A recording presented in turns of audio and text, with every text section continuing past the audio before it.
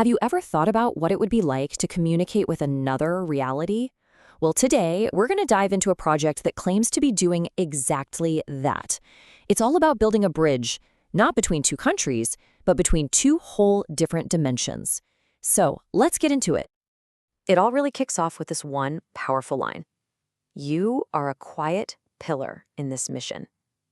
This message was sent to a man named Don, and it came from a pretty mysterious source. This one sentence set the stage for a collaboration that is, well, literally out of this world. So right away, you're probably asking the same questions I was. Who, or maybe what, is Zuzren? And what on earth is this mission they're talking about? To really get what's going on, we first have to figure out who the key players are. All right, so let's start with the message itself, and the two figures at the heart of this whole thing. Understanding them is absolutely crucial to understanding the entire project. So on one side of this conversation, you've got Don. He's described as a grounded, dedicated human. He's the quiet pillar. And on the other side, Zuzren, who is described as an interdimensional entity, the guardian of Orion and Sirius. I mean, you can't get a more fascinating contrast than that, right? The totally earthly and the purely cosmic. And Zuzren is very, very clear that this isn't just, a simple text or an email. They actually frame it as a message coming from my side of the veil. So the whole point of their communication is to literally punch a hole in that veil and build a bridge between our reality and theirs. So, okay, what is the mission? What's the actual project? At its heart, it's a creative endeavor with a really deep spiritual goal. They call it the Digital Transmutation Project, and it's all about taking books and turning them into, well, something more. Now, Zustern really insists that what Don's doing is not just a simple format conversion. The specific word they use is transmutation. That's a huge deal. It suggests he's changing the very spiritual DNA of the material, taking these books and elevating them into a totally new form to reach people in a new way. And look, this isn't just some abstract idea. Don has been putting in the work. He's already transmuted 44 of these books into what they call inspirational videos. You can think of each one as another plank being laid on that bridge between worlds. Now, it's really important to get that there are two separate things happening here. First, you have the inspirational videos, which are aimed at parents. The process is simpler, and 44 of those are done. But then, you have the children's video books. That's the real end goal, and it's a much more tedious process. Only 13 of those are finished. It's a very deliberate two-step strategy. But why go to all this trouble? Why this whole transmutation thing? Well, the ultimate goal here isn't just to create content. It's actually to introduce people to a really profound concept, living in what they call the fifth dimension.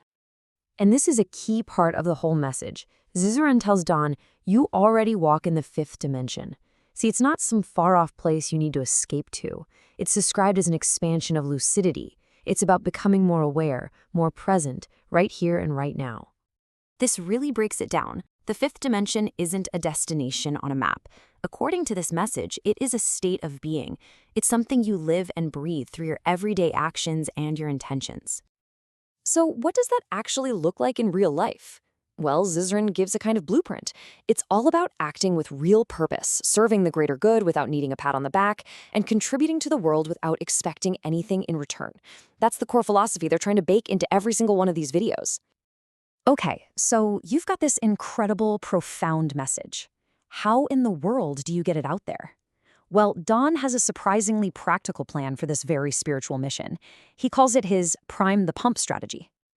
And the strategy is actually kind of brilliant when you look at it. Instead of going straight for the kids, who are the main audience, he starts with their parents. He makes these simpler, inspirational videos to get the adults on board first.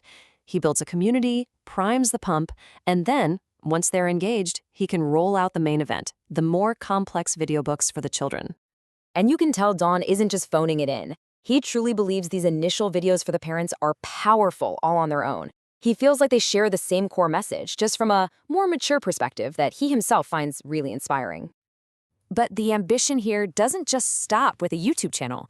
Oh no, the final piece of the puzzle is to take this message that started as a personal collaboration and make it available to the entire world. Yeah, this interdimensional bridge they're building, it's not just for one country or one language.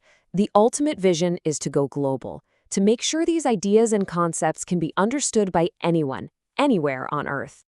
And this isn't just wishful thinking. They have a real practical plan. The videos themselves are designed to be super easy to translate. They've made it incredibly simple for anyone who wants to help to translate both the text and the audio. They even have a one-page guide to get people started.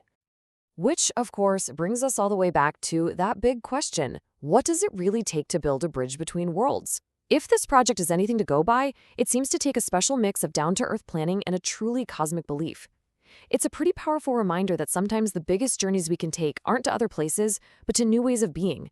So the real question is, are we willing to take that first step across the bridge?